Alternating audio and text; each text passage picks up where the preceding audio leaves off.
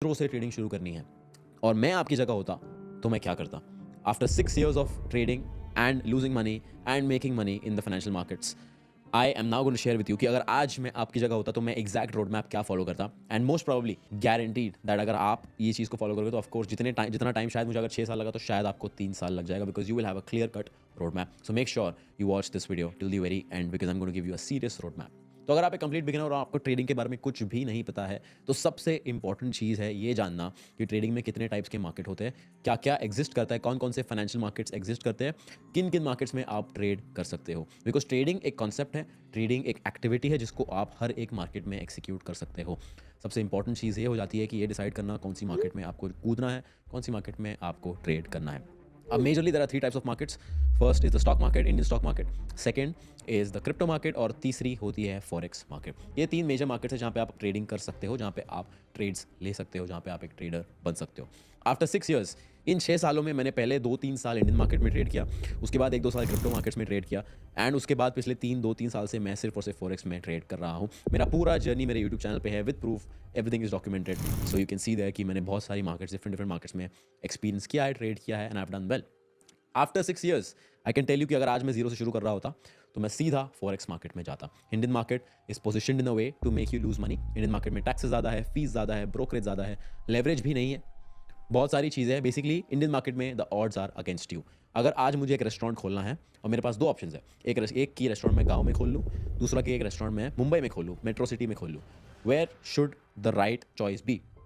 Most probably Mumbai, a city, because Mumbai overall एक इतना बड़ा मार्केट बन जाता है कि the chances of people showing in my restaurant is very very very high. But अगर मैं गांव में रेस्टोरेंट खोलता हूँ जिसका पॉपुलेशन ही सिर्फ 10,000 लोगों का है तो the chances of my restaurant becoming a success is very limited. Because अगर 10,000 के 10,000 लोग भी आके मेरे रेस्टोरेंट में खाना खाते हैं तो मेरी ग्रोथ जो है बहुत ज़्यादा लिमिटेड है. जबकि मुंबई जिसका पॉपुलेशन मिलियंस में है वहाँ पे the potential is unlimited, the potential is untapped and वहाँ पे मेरे ग्रोथ के चांसेस बहुत ज़्यादा हाई है. And similarly Indian market is like opening a restaurant in a village and forex market is like opening a restaurant in a metro city. And that is why अगर आज मैं शुरू कर रहा होता तो मैं सीधा फॉरेक्स मार्केट में जाता. After 6 years, after almost 3-4 years of my journey मुझे रियलाइज हुआ forex market is better than all the other markets and that is why I shifted to forex markets.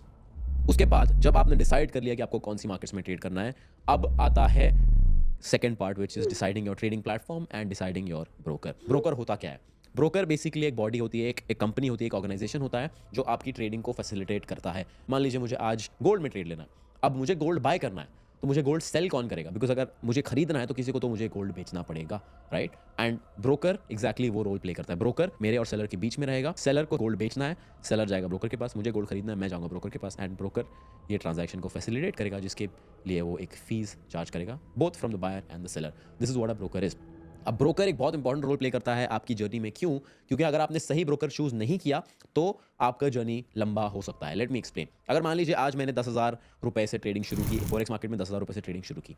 अब मेरा जो ब्रोकरेज चार्जेस है, जो मेरा जो ब्रोकर कमीशन लेता है, अगर वो बहुत ज्यादा हाई है और मान लो मैंने 10,000 में से 5,000 लॉस कर दिया. अब 5,000 मैंने लॉस तो कर लिया बट 1,000 रुपए मैंने ब्रोकरेज और कमीशन फीस में भी लूज किया. इसका मतलब मेरा लॉस जहां 50% हो सकता था अब वो 60% का लॉस हो गया. मुझे 10% एक्स्ट्रा रिकवर करना पड़ेगा, जिसका मतलब एक्स्ट्रा टाइम डालना पड़ेगा, जिसका मतलब दिन ज्यादा लगेंगे रिकवर करने में, जिसका मतलब आपका जर्नी और आपका लॉस मेकिंग पीरियड लंबा हो जाएगा.